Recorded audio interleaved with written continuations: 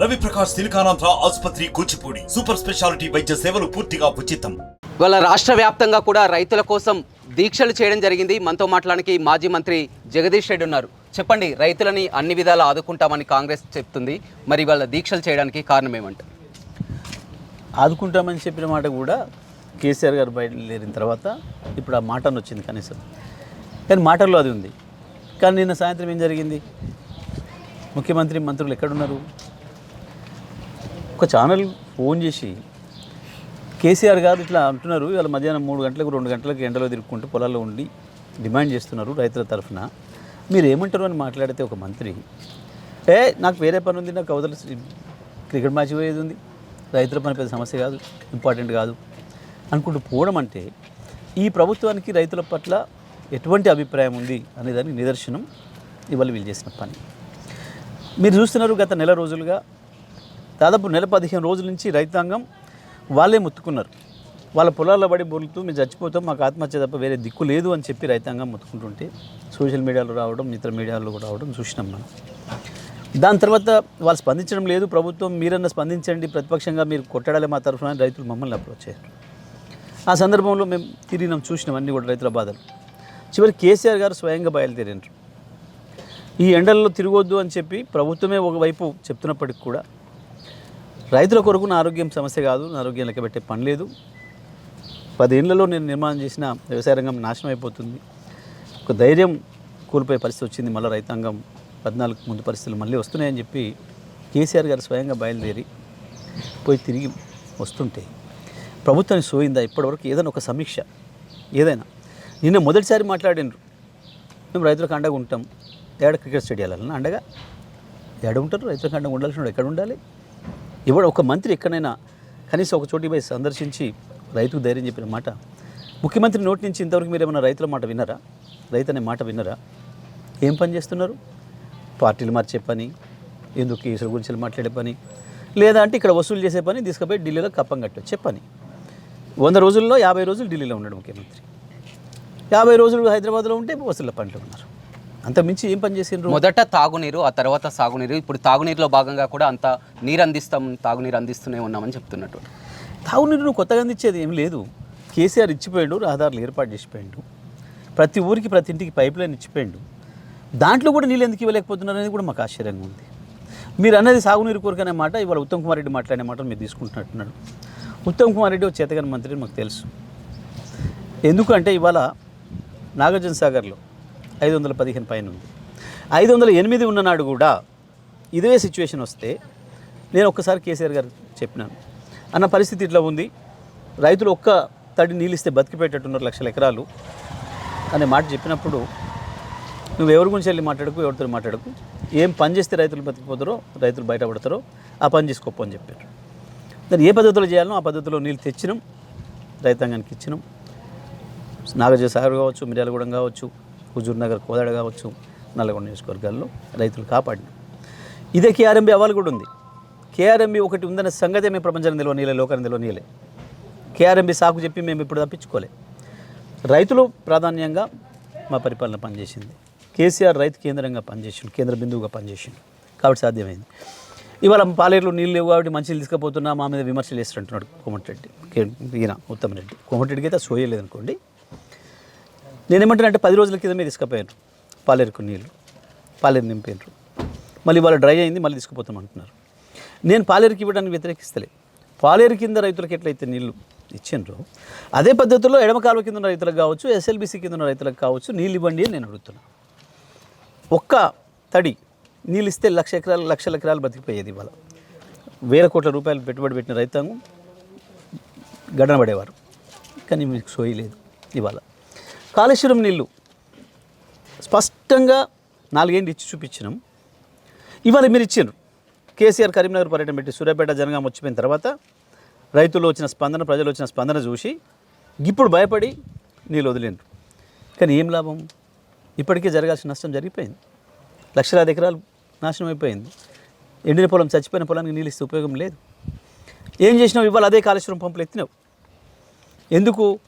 3 నెలలుగా మీరు చేసిన దుర్మార్గమైన ప్రచారం ఏదైతే ఉందో, కుంగిన 3 పిల్లర్లను అడ్డం పెట్టుకొని కేసీఆర్ని బదనాం చేస్తామని చెప్పి ఏదైతే మీరు కలలుగన్నారో అవి ఏడ బయటపడతాయో, ప్రజలకు మళ్ళీ కాళేశ్వరం ఉందనే సంగతి ఎక్కడ తెలుస్తుందో అని చెప్పి ఒక మూర్ఖత్వంతో, ఒక అనాగరికమైన పద్ధతుల్లో ఏ ప్రభుత్వం చేయకూడనటువంటి నేరం చేసిన మీరు ఉన్న నీళ్ళని తీసుకొచ్చి ఇచ్చి లక్షల ఎకరాలను కాపాడే అవకాశాన్ని పోగొట్టి రైతాంగం నెలలో మన్నుగొట్టిన మీరు ఇవాళ బయటపడిపోయింది. మీరేంది, మీ నైజం ఏంది? కాళేశ్వరం అట్లే ఉన్నదని, దాని పంపులు పనిచేస్తేనే దాని ద్వారా నీళ్ళు ఇవ్వచ్చు అనే సంగతి ఇవాళ తెలిసిపోయింది ప్రపంచానికి. కరెంటు విషయంలో కూడా బీఆర్ఎస్ అబద్ధం ఆడుతుందని కూడా మంత్రులు చెప్తున్నారు. గతంలో కంటే ఇప్పుడు సామర్థ్యం పెరిగిందని కూడా చెప్తున్నటువంటి. మేమే చెప్తున్నాం సామర్థ్యం పెరిగింది. నేను 7,000 నుంచి వెళ్ళి మేము 18,000కి తెచ్చినాం. ఇవాళ ఇంకొక 1,600 కలిసింది. దాంట్లో 1,400 మనకు హక్కు ఉంది ఎన్టీపీసీ నుంచి. 19,400కి వచ్చింది. నీ డిమాండ్ 15,600 ఉంది. ఎందుకు ఇంకా ఇవాళ కట్ చేస్తున్నావు? పవర్ కట్స్ ఎందుకు ఉంటున్నాయి? ఎందుకు గంటల తరబడి పవర్ లేకుండా చేస్తున్నావు? ఎందుకు లో కరెంట్, లో వోల్టేజ్ కరెంట్ వచ్చి మోటార్లు కాలిపోయిందని రైతులు మొత్తుకుంటున్నారు? వేరే పార్టీ మాట్లాడడం లేదు కదా. మీరు ఇవాళ మీరే పోవచ్చు, గ్రామాలలో పోతే మోటార్లు రిపేర్ చేసే వాళ్ళు ఉంటారు, మెకానిక్లు ఉంటారు. వాళ్ళు షాప్కి వెళ్ళి కూర్చోండి. ఇవాళ ఎన్ని మోటార్లు సీరియల్లో ఉన్నాయి, లైన్లో ఉన్నాయి. 3-4 నెలల క్రితం ఏముంది, వరుసగా 10 ఏళ్ళు. వాళ్ళు ఒక్కరే కదా మా మీద కోపంగా ఉంది. ఇన్వర్టర్లు అమ్ముకుంటోళ్ళు, జనరేటర్లు అమ్ముకుంటోళ్ళు, మోటార్ రిపేర్ చేసేటోళ్ళు కదా మా మీద కోపంగా ఉందని చెప్పినాం మేము అన్నాడు. ఇలా వాళ్ళు హ్యాపీగా ఉన్నారు. ఏంది కారణం? మళ్ళీ మాకు పాత రోజులు వచ్చినాయి, 14 ముందు రోజులు. ప్రజలందరికీ కూడా 14 ముందు రోజులే వచ్చినాయి. ఇదే మంచినీళ్ళు లేకపోవడం, ఇదే కరెంట్ లేకపోవడం, ఇదే సాగునీళ్ళు లేకపోవడం, అన్నీ కూడా తెచ్చింది కాంగ్రెసే. అందులో సందేహం. అదేవిధంగా మంత్రి కోమటిరెడ్డి వెంకటరెడ్డి కూడా కేసీఆర్కు లీగల్ నోటీస్ పంపిస్తున్నారు. నేనేమన్నా కాంట్రాక్టర్, నా మిడ్మానే నేను కట్టిందని నన్ను ఒక కాంట్రాక్టర్గా సంబోధిస్తున్నారని స్పష్టంగా పంపించచ్చు. సంతోషం, నేను వెల్కమ్ చేస్తూ ఉన్నా. ఎవరి పేరు మీద ఉందో కంపెనీ, మీరు ఎవరెవరేందో అన్నీ కూడా బయట పెట్టవచ్చు. పంపాలి, వెంటనే పంపితే మంచిది. మేము రెడీగా ఉన్నాం. రైట్. ఇవాళ కాంగ్రెస్ తుగ్గూడలో సభలో గతంలో చూసినట్లయితే 6 గ్యారెంటీలతో రాష్ట్రంలో అధికారంలోకి వచ్చింది. ఇవాళ 5 న్యాయ్ 25 గ్యారెంటీతో మళ్ళీ కూడా తుక్కుగూడలో సభ జరుపుతున్నాం. మేనిఫెస్టో కూడా ఇక్కడే ప్రకటించబోతున్నామని సీఎం రేవంత్ రెడ్డి చెప్తారు. అవాళ 420 హామీలు, ఇప్పుడు పైలా 25 హామీలు.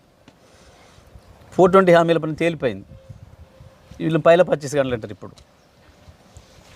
ఇప్పుడు కాంగ్రెస్ గ్యారెంటీలు నమ్మే పరిస్థితుల్లో లేదు తెలంగాణ సమాజం. ఒడిచిపోయింది మీద ఒకటేసారి. ఒకసారి ఒకరిని మోసం చేయొచ్చు, కానీ 2 సార్లు మొత్తం ప్రజలందరినీ మోసం చేయడం సాధ్యం కాదు.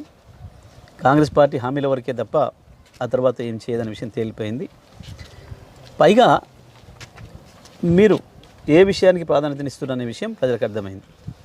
మీ వసూళ్లకు, మీ దందాలకు, మీ కప్పం కట్టి వచ్చడాలకు ఇచ్చే ప్రాధాన్యత రైతాంగానికి కానీ, ప్రజలకు కానీ, ప్రజల గొంతులు తడపడానికి కానీ, పొలాల గొంతులు తడపడానికి కానీ మీ ప్రాధాన్యత లేదు అనే విషయం అర్థమైపోయింది. అన్ని వర్గాల్ని మోసం చేసిండ్రు. రైతుల్ని మోసం చేసిండ్రు, దళితుల్ని మోసం చేసిండ్రు, యాదవుల్ని మోసం చేసిండ్రు, విద్యార్థుల్ని మోసం చేసిండ్రు, మహిళల్ని మోసం చేసిండ్రు, ఆఖరికి వృద్ధుల్ని, వృద్ధాప్య పెన్షన్లు ఇచ్చేటోళ్ళని కూడా మోసం చేసిండ్రు. అందరిని పడగొట్టాను, అందరినీ. అదేవిధంగా ఇక్కడ ఇస్తానన్న 4,000 ఇవ్వలేదు, ఇస్తానన్న 2,500 ఇవ్వలేదు, మళ్ళీ ₹1,00,000 ఇస్తామని ఇవ్వలేదో ఎవరు నమ్మాలి? మీ అన్ని పిట్టల దొరల హామీలని అర్థమైపోయినాయి.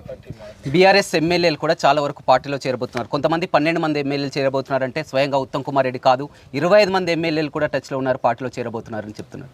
మీ ఉత్తర కుమార్ రెడ్డి ఆయన, ఉత్తర కుమార్ రెడ్డి ఇవాళ మేనిఫెస్టోలో ఏం పెట్టిండ్రు, ఏం మాట్లాడిండు? మేనిఫెస్టోలో ఉంది కదా స్పష్టంగా. పార్టీ మారితే అదే క్షణం వేరే పార్టీ జెండా కప్పిన మరుక్షణమే ఆటోమేటిక్గానే పోతుంది, నాకు చట్టం తీస్తున్నాము అని చెప్పేసినేమో ఆడ ప్రకటించారు. నిన్న సాయంత్రమే అది బయటికి రిలీజ్ చేసిండ్రు, ఇవాళ సభలో ప్రకటించారు. నిన్న సాయంత్రానికి ఇప్పుడు సభలో ప్రకటించడానికి మధ్యలో ఉత్తమ్ రెడ్డి మాట్లాడాడు. ఇక దీన్ని బట్టే కాంగ్రెస్ పార్టీ మాటలు ఏందనేది ప్రజలకు అర్థమైంది. ఎలా ఉండబోతుంది? ఎందుకంటే ప్రతిసారి కూడా మంత్రులు పదే అసలు ఎంపీ ఎన్నికల తర్వాత అసలు బీఆర్ఎస్ అనేది ఉండదు, బీఆర్ఎస్కు ఒక్క స్థానం కూడా రాదని కూడా చెప్తున్నట్టు. ఇప్పటికీ కూడా సీట్లు ప్రకటించలేని అసమర్థులు ఎవరు? అభ్యర్థులే దొరకగా అంగట్లు తిరుగుతున్న వాళ్ళు ఎవరు? నీ ఇంట్లోనే పనిపోయే ఎద్దుంటే, వారు గెలుపు గుర్రాలకి ఇస్తామని ఆలస్యం. నీ ఇంట్లోనే పనిపోయే ఎద్దుంటే నువ్వు అంగడికి ఎందుకు పోతావు? అంగట్లో తిరిగి ఎక్కడుందా అని చెప్పి ఎందుకు వెతుకుతావు? ఎందుకు తిరుగుతున్నారు? మంది దొడ్లు ఎందుకు తిరుగుతున్నారు? అంగళ్ళు ఎందుకు తిరుగుతున్నారు? ఎందుకు వెతుకుతున్నారు? దాని అర్థమైంది, కాంగ్రెస్ పార్టీకి గెలిచే అభ్యర్థులు లేరు, కాంగ్రెస్ పార్టీకి గెలిచే అవకాశాలు లేవు. ఇది వెరీ క్లియర్. బీజేపీకైనా అంతే, కాంగ్రెస్కైనా అంతే. టీఆర్ఎస్ నుంచి తీసుకొని పోయి పెట్టుకుంటే తప్ప, బీఆర్ఎస్ అభ్యర్థులను పెట్టుకుంటే తప్ప మాకు ఇంకా బతుకులేదనే విషయం వాళ్ళు స్పష్టంగా చెప్పారు. ఇప్పటికీ వాళ్ళ ఓటమిని అంగీకరించారు వీరు వారిద్దరు కూడా, అందులో సందేహం లేదు. కేసీఆర్ ఎవరిని పెట్టుకున్నా గెలిచిపోతారనే విషయం కూడా అర్థమైపోయింది ప్రజలకు. ఇవాళ 16 స్థానాలలో బీఆర్ఎస్ పార్టీకి గెలిపే అవకాశాలు ఉన్నాయి. మాకు కొన్ని చోట్ల కాంగ్రెస్తో పోటీ ఉంది, కొన్ని చోట్ల బీజేపీతో పోటీ ఉంది. కానీ గెలిపే అవకాశం బీఆర్ఎస్కే ఉంది. కాంగ్రెస్ పార్టీ ఈసారి ఇవే ఎన్నికలు ఆఖరైపోతాయి. ఎందుకంటే జాతీయంగా కూడా ఎక్కడ కూడా ఆ పార్టీకి బతుకుదల ఉన్నట్టు కనబడతలేదు. మొన్న మమతా బెనర్జీ ఛాలెంజ్ చేసింది, 40 సీట్లు దాటితే గొప్ప మీరు చూసుకుందాం పోండి. వాళ్ళు డైరెక్ట్ రామ్లీలా మైదానంలో ప్రమాణ స్వీకారం కూడా చేయబోతున్నామని కూడా చెప్తున్నారు రేవంత్ రెడ్డి పార్టీ అధ్యక్షునిగా. పార్టీ అధ్యక్షునికే చేతగాక 2 సార్లు దిగిపోయాడు పాపం ఆయన. ఇంకేం ప్రమాణం చేస్తాడు? 2 సార్లు అవకాశం ఇస్తే ప్రధానమంత్రిగా చేయలేరు, నాతో కాదన్నాడు. 2 సార్లు పార్టీ అధ్యక్షునికి ఇస్తే మధ్యలో బస్సు ఆపి దిగి వెళ్ళిపోయాడు, నాతో నడిపొస్తలేదు ఈ బస్సు అని చెప్పి. ఇంక ఇప్పుడు ఆయనకి ఏమని ఇవాళ ప్రజలు ఎట్లా అనిస్తారు? పదే మీ పార్టీ వర్కింగ్ ప్రెసిడెంట్ కానీ బీఆర్ఎస్ నేతలు కానీ ఆరోపిస్తున్నారు రేవంత్ రెడ్డి ఎన్నికల తర్వాత మోదీతో జతగడతాడు, బీజేపీలో చేరతారని. 100% బీజేపీ మోడీతో జత కట్టే ఉన్నాడు. మొన్న శాసనసభ ఎన్నికల ముందు కూడా మోడీ సహకారంతోనే కాంగ్రెస్ పార్టీ ఇక్కడ లేచింది, మోడీ సహకారంతోనే ఉన్నాడు. ఇవాళ మోడీ చెప్తేనే కదా అదానికి ఇక్కడ కాంట్రాక్ట్లు ఇస్తుంది, అదానికి ఇక్కడ ఆహ్వానిస్తుంది. ఓ దిక్కేమో అదాని కాదు, ఆయన పేరు మోదాని అని చెప్పేసేమో రాహుల్ గాంధీ మాట్లాడతాడు. మోడీ ప్లస్ అదాని కలిస్తే మోదాని, వీళ్ళిద్దరు కలిపే ఈ దేశాన్ని పరిపాలిస్తున్నారు, క్రోనీ క్యాపిటలిజం తెచ్చిందే ఈయన అని చెప్పేసి రాహుల్ గాంధీ చెప్తున్నాడు. మరి ఇంకోవైపు ఏమో అదాని మంచి వ్యాపారవేత్త, అదాని రావాలి, మొత్తం గుజరాత్ మోడల్ నేను చేస్తా, మా బడే బాయ్ నేను ఇద్దరం ఒకటే అని చెప్పి రాహుల్ మీనా చెప్తున్నాడు. మేం చెప్పలే కదా, మా అధ్యక్షుడు మా వర్కింగ్ ప్రెసిడెంట్ కాదు కదా అన్నది, బడే బాయ్ అని చెప్పిందే ఆయన.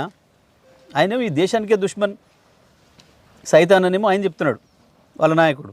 కాదు నాకు బడే బాయ్ నేను అంటున్నాడు. బడే బాయ్ చోడే బాయ్ ఇద్దరు సైతాన్లు అన్నట్టే కదా. రైట్, చూడొచ్చు కాంగ్రెస్ పార్టీకి ఇవే చివరి ఎన్నికలని. గతంలో 6 గ్యారెంటీల హామీలతో వారు అధికారంలోకి వచ్చారు, కానీ ఏ హామీలు కూడా నెరవేర్చలేదు. మళ్ళీ ఇప్పుడు హామీలు ఇచ్చినా ప్రజలు నమ్మేలా లేరని కూడా మాజీ మంత్రి జగదీష్ రెడ్డి చెప్తున్నారు. మరిన్ని వీడియోస్ కోసం ఛానల్ ని సబ్స్క్రైబ్ చేయండి, లేటెస్ట్ అప్డేట్స్ కోసం వాట్సాప్ ఛానల్ ని ఫాలో చేయండి, అండ్ లింక్ డిస్క్రిప్షన్ లో ఉంది.